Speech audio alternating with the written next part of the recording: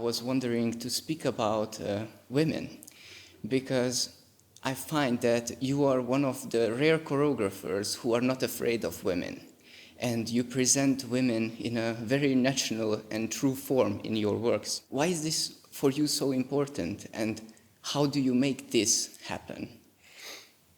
Women, historically and also today, are the majority of the population of the world, yes. But in one sense, they are the least recognized minority, in that sense that they have a social, economical, and human position which is much worse than mostly is recognized.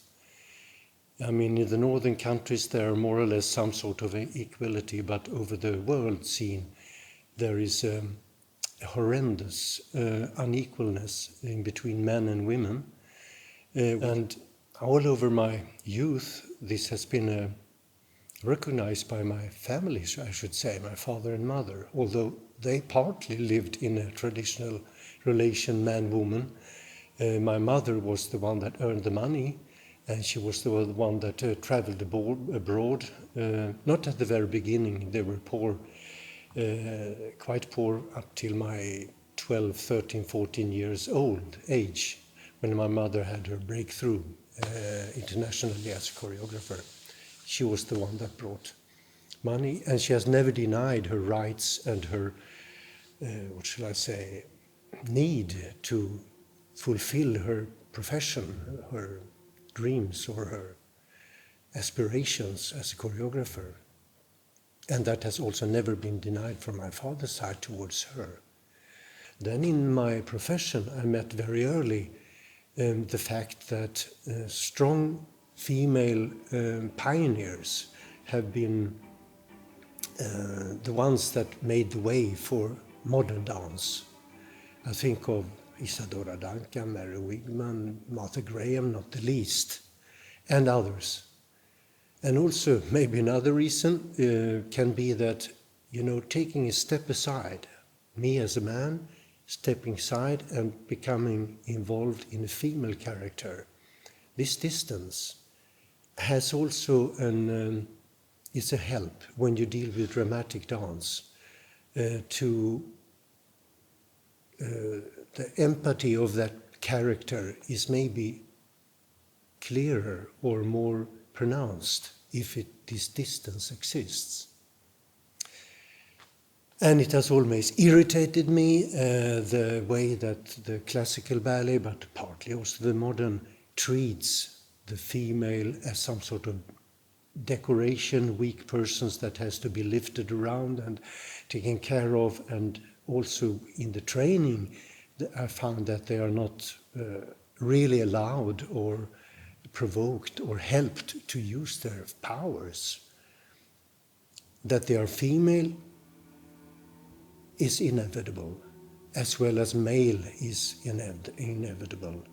I mean, all those pronunciations of how your sex should be spelled out, I think it's a hinder for the dance world to exploit its full capacity. It's as ridiculous as male being macho, pronouncing that they are strong or pretending to be tough. That's also as ridiculous as a female are more or less taught to be sensitive, to be weak-minded and all those things. And how do you feel about working with Semperoper Ballet? We have very different type of dancers. They're very different from each other. Is this something that helps your work? Or? Oh, yeah.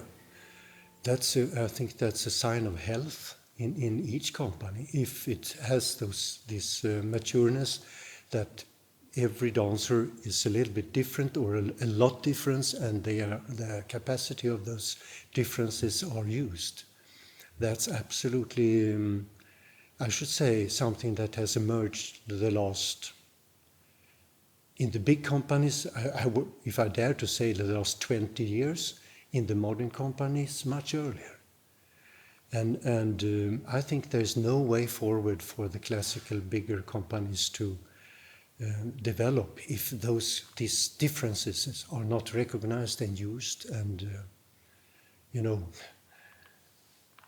a company is built by individuals all together, and this togetherness is more than each part together. Somehow there is I think this company is about to recognize that and use that. It's great to see. Well, it's if I may end with some sort of what shall I say, picture or metaphor. To me, stage art, and in this case choreography and dancing, it's a shortly living organism, so to say. It's like writing in water. The text is gone once the curtain is closed. But using the metaphor, the water is still there. And that's our mutual lives. That's our common experiences. And that's still forever there. So nevertheless, we do our full efforts, trained and trained all over again, and it vanishes.